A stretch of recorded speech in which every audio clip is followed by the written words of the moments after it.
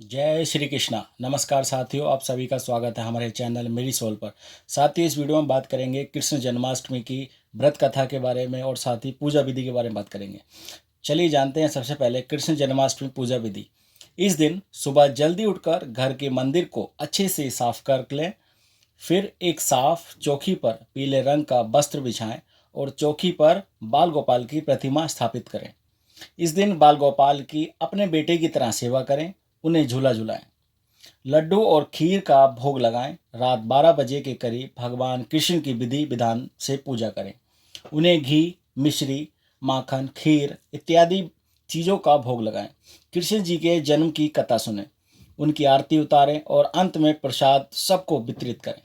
पूजन सामग्री: खीरा, शहद, पीले या लाल रंग का साफ कपड़ा, दूध, दही, एक साफ चौकी, पंचामृत, गंगा जल, बाल कृष्ण की मूर्ति, चंदन, धूप, दीप, अगरबत्ती, अक्षत, मक्खन, मिश्री, तुलसी का पत्ता और भोग की सामग्री। अब बात करते हैं कृष्ण जन्माष्टमी व्रत कथा की। एक बार इंद्र ने कहा, हे ब्रह्मपुत्र, हे मुनियों में श्रेष्ठ, सभी शास्त्रों के ज्ञाता, हे देव, व्रतों में उत्तम उस व्रत को बताएं जिस व्रत से मनुष्य को मुक्ति लाभ प्राप्त हो, तथा हे ब्राह्मण, उस व्रत से प्राणियों को भोग व मोक्ष भी प्राप्त हो जाए। इंद्र की बातों को सुनकर नारद जी ने कहा, त्रेता युग के अंत में और द्वापर युग के प्रारंभ समय में निंदित कर्म को करने वाला कंस नाम का एक अत्यंत पापी दैत्य हुआ।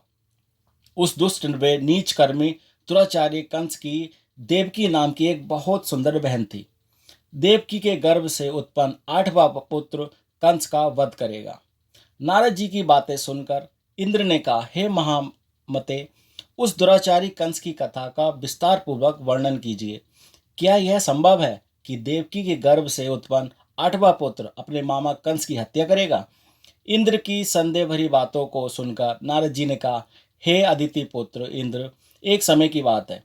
उस दुष्ट कंस ने एक ज्योतिषी से पूछा कि ब्राह्मणों में श्रेष्ठ ज्योतिविद मेरी मृत्यु किस प्रकार और किसके द्वारा होगी। ज्योतिषी बोले, हे दानवों में श्रेष्ठ कंस, वसुदेव की धर्मपत्नी देवकी, जो कि बाकपटु है और आपकी बहन भी है, उसी के गर्भ से उत्पन्न आपका उसका 8वां पुत्र, जो कि शत्रुओं को भी पराजित कर इस संसार में कृष्ण के नाम से विख्यात होगा, वही एक समय सूर्योदय काल में आपका वध करेगा। ज्योतिषी की बातें सुनकर कंस ने कहा, हे देवज, बुद्धिमानों में अग्रणी, अब आप यह बताएं कि देवकी का 8वां पुत्र किस मास में किस दिन मेरा वध करेगा। ज्योतिषी बोले, हे महाराज, माघ मास की शुक्ल पक्ष की तिथि को 16 कलाओं से पूर्ण श्री कृष्ण ने से आपका युद्ध होगा। उसी युद्ध में वे आपका वध करेंगे। इसलिए हे महाराज, आप अपनी रक्षा यत्न पूर्वक करें। इतना बताने के पश्चात नारद जी ने इंद्र से कहा, ज्योतिषी द्वारा बताए गए समय पर ही कंस की मृत्यु के हाथ निसंदेह होगी, यानी कि कृष्णों के हाथ कंस की मृत्यु निसंदेह होगी। तब इंद्र ने कहा, हे मुनि, उस दुराचारी कंस की कथा का वर्णन कीजिए और बताइए कि कृष्ण का जन्म कैसे होगा और कंस की मृत्यु कृष्ण द्वारा किस प्रकार होगी।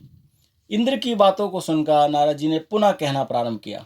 उस दुराचारी कंस ने अपने एक द्वारपाल से कहा, मेरी इस प्राणों से प्रिय बहन की पूर्ण सुरक्षा करना। द्वारपाल ने कहा, ऐसा ही होगा।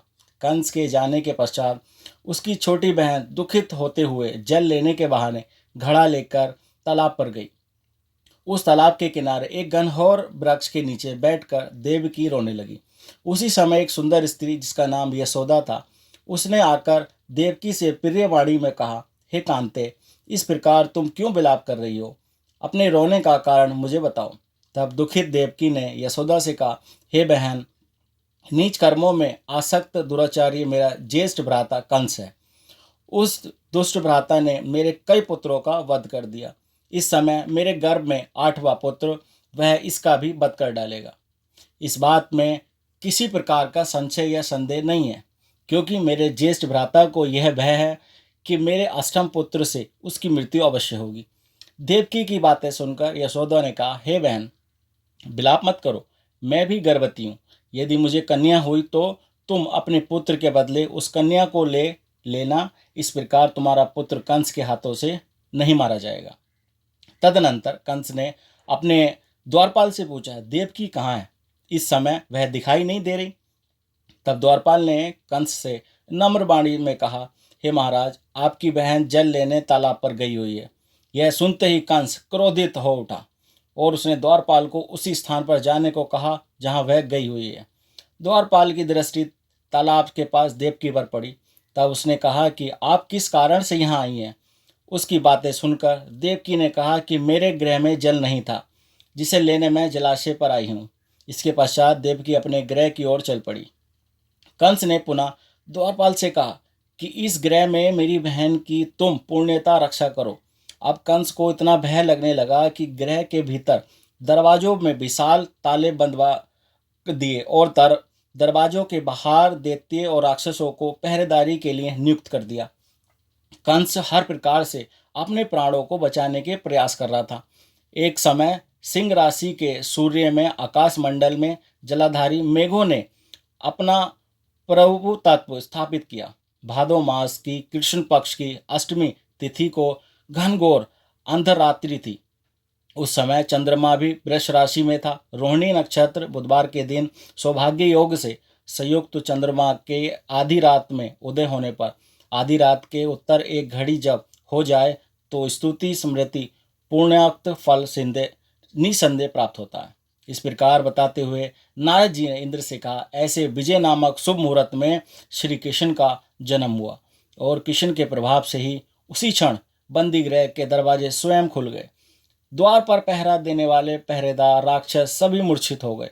देवकी ने उसी क्षण अपने पति वसुदेव से कहा, हे स्वामी, आप निंद्रा का त्याग करें और मेरे इस अष्टम पुत्र को गोकुल में ले जाएं।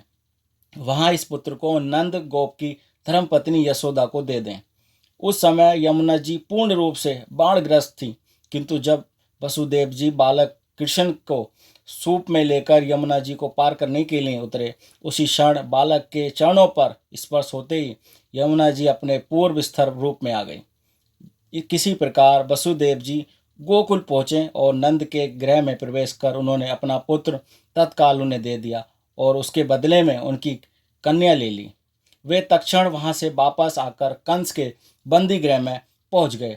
प्रातःकाल जब सभी राक्षस पहरेदार निद्रा से जागे तो कंस ने द्वारपाल से पूछा कि अब देवकी के गर्भ से क्या हुआ, इस बात का पता लगाकर मुझे बताओ। द्वारपालों ने महाराज की आज्ञा को मानते हुए कारागार में जाकर देखा तो वहां देवकी की गोद में एक कन्या थी, जिसे देखकर द्वारपालों ने कंस को सूचित किया, किंतु कंस को तो उस कन्या से भय होने लगा। अतः वह स्वयं कारागार में गया और उसने देवकी की गोद से कन्या को झपट लिया और उसे एक पत्थर की चट्टान पर पटक दिया, किंतु वह कन्या विष्णु की माया से आकाश की ओर चल गई और अंतरिक्ष में जाकर विद्युत के रूप में परिवर्तित हो गई। उसके कंस ने कहा, हे दुष्ट, तुझे मारने वाला गोकुल में नंद के गृह में उत्पन्न हो चुका है और उसी से तेरी मृत्यु सुनिश्चित है। मेरा नाम तो वैष्णवी है, मैं संसार के कर्ता भगवान विष्णु की माया से उत्पन्न हुई हूँ। इतना कहकर वह स्वर्ग की ओर चली गई। उस आकाशवाणी को सुनकर कंस क्रोधित हो उठा। उसने नंदी के गृह में पूतना राक्षसी को कृष्ण का वध करने के लिए भेजा, किंतु जब वह राक्षसी कृष्ण को स्तनपान कराने लगी तो कृष्ण ने उसके स्तन से उसके प्राणों को खींच लिया और वह राक्षसी कृष्ण कृष्ण कहते हुए मृत्यु को प्राप्त हुई। जब कंस को पूतना की मृत्यु का समाचार प्राप्त हुआ तो उसने कृष्ण का वध करने के लिए क्रमश केशी नामक दैत्य को अश्व के रूप में, उसके पश्चात अरिष्ट नामक दैत्य को बैल के रूप में भेजा, किंतु ये दोनों भी कृष्ण के हाथों मृत्यु को प्राप्त हुए। इसके पश्चात कंस ने कालाख्य नामक दैत्य को कौवे के रूप में भेजा, किंतु वह भी कृष्ण के हाथों मारा गया। अपने बलवान राक्षसों की मृत्यु के आघात से कंस अत्यधिक भयभीत हो गया। उसने द्वारपालों को आज्ञा दी कि नंद को तत्काल मेरे समक्ष उपस्थित करो। द्वारपाल नंद को लेकर जब उपस्थित हुए तब कंस ने नंद जी से कहा कि यदि तुम्हें अपने प्राणों को बचाना है तो पारिजात के पुष्प ले आओ, यदि तुम नहीं ला पाए तो तुम्हारा वध निश्चित है। कंस की बातों को सुनकर नंद ने ऐसा ही होगा कहा और अपने गृह की ओर चले गए। घर आकर उन्होंने संपूर्ण वृत्तांत अपनी पत्नी यशोदा को सुनाया, जिसे श्री कृष्ण भी सुन रहे थे। एक दिन श्री कृष्ण अपने मित्रों के साथ यमुना नदी के किनारे गेंद खेल रहे थे और अचानक स्वयं ने ही गेंद को यमुना में फेंक दिया। यमुना में गेंद फेंकने का मुख्य उद्देश्य यही था कि वे किसी प्रकार पारिजात पुष्पों को ले आएं। अंततः वे कदम्ब के वृक्ष पर चढ़कर यमुना में कूद पड़े। कृष्ण के यमुना में कूदने का समाचार श्रीधर नामक गोपाल ने यशोदा को सुनाया। यह सुनकर यशोदा भागती हुई यमुना नदी के किनारे आ पहुंची और उसने यमुना नदी की प्रार्थना करते हुए कहा, हे यमुना, यदि मैं बालक को देखूंगी तो भाद्रपद मास की रोहिणी युक्त अष्टमी का व्रत अवश्य करूंगी, क्योंकि दान दया सर्जन प्राणी ब्राह्मण कुल में जन्म, रोहिणी युक्त अष्टमी गंगा जल, एकादशी गया श्राद्ध और रोहिणी व्रत ये सभी दुर्लभ हैं। हजारों अश्वमेध यज्ञ, सहस्त्र राजसूय यज्ञ, दान तीर्थ और व्रत करने से जो फल प्राप्त होता है वह सब कृष्णाष्टमी के व्रत करने से प्राप्त हो जाता है।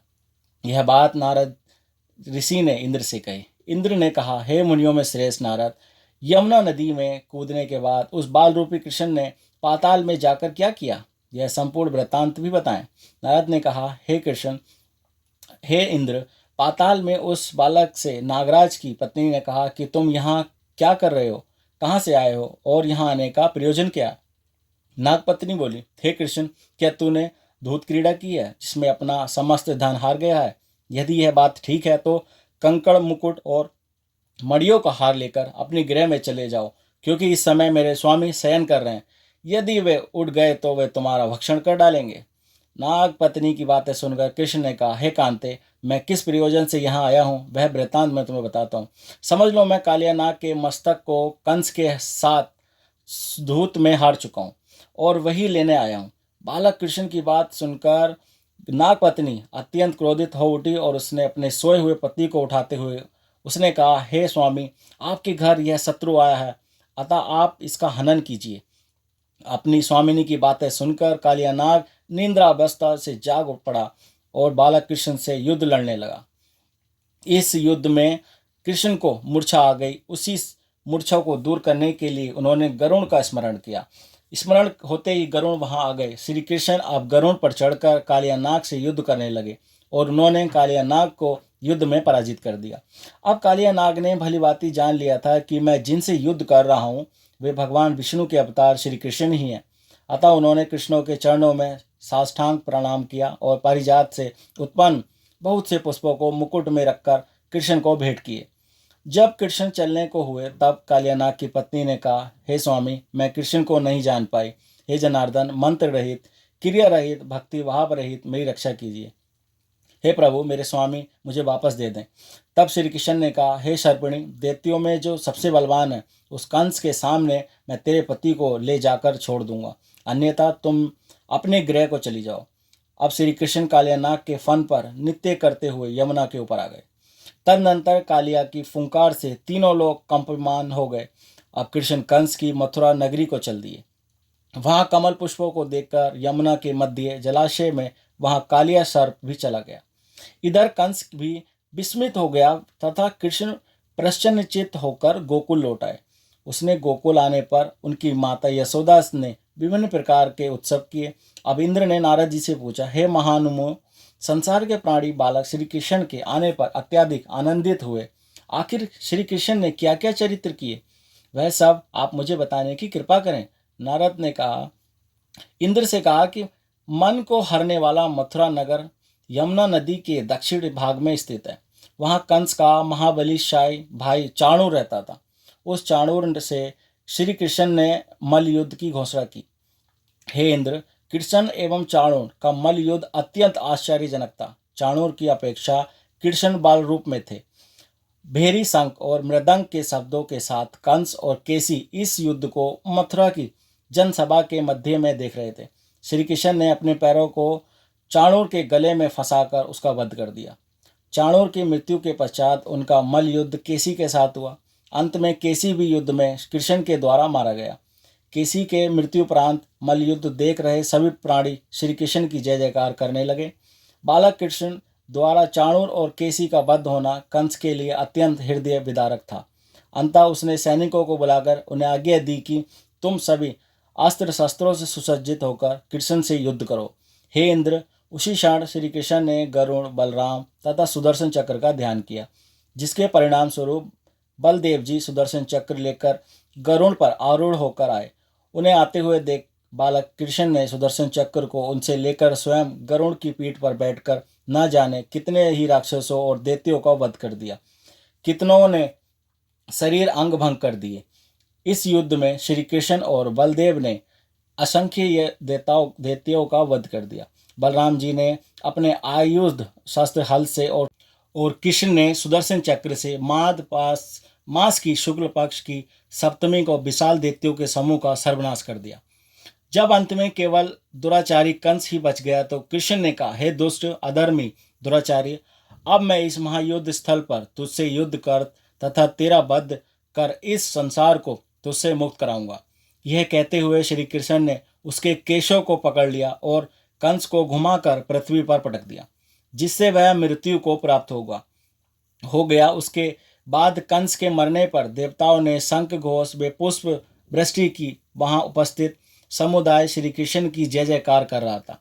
कंस की मृत्यु पर नंद, देवकी, वसुदेव, यशोदा और इस संसार के सभी प्राणियों ने हर्ष पर्व मनाया। अब जानते हैं व्रत विधि। इस कथा को सुनने के पश्चात इंद्र जी ने नारद जी से कहा, हे ऋषि, इस कृष्ण जन्माष्टमी का पूर्ण विधान बताएं एवं इसके करने से क्या पुण्य प्राप्त होता है, इसके करने की क्या विधि है। नारद जी ने कहा, हे इंद्र, भाद्रपद मास की कृष्ण जन्माष्टमी को इस व्रत को करना चाहिए। उस दिन ब्रह्मचार्य आदि नियमों का पालन करते हुए श्री कृष्ण का स्थापना करें। सर्वप्रथम श्री कृष्ण की मूर्ति स्वर्ण कलश के ऊपर स्थापित कर चंदन, धूप, पुष्प और कमल पुष्प आदि से श्री कृष्ण की प्रतिमा को वस्त्र से बेसिट कर विधि पूर्वक अर्चन करें। गुरुची, छोटी पीतल और स्वर्ण को श्री कृष्ण के आगे अलग अलग रखें। इसके पश्चात भगवान विष्णु के 10 रूपों को देवकी सहित स्थापित करें। हरि के सांध्य में भगवान विष्णु के 10 अवतारों, गोपियों, यशोदा, वसुदेव, नंद, बलदेव, देवकी, गायों, वत्स, कालिया, यमुना नदी, गोपगण और गोपुत्रों का पूजन करें।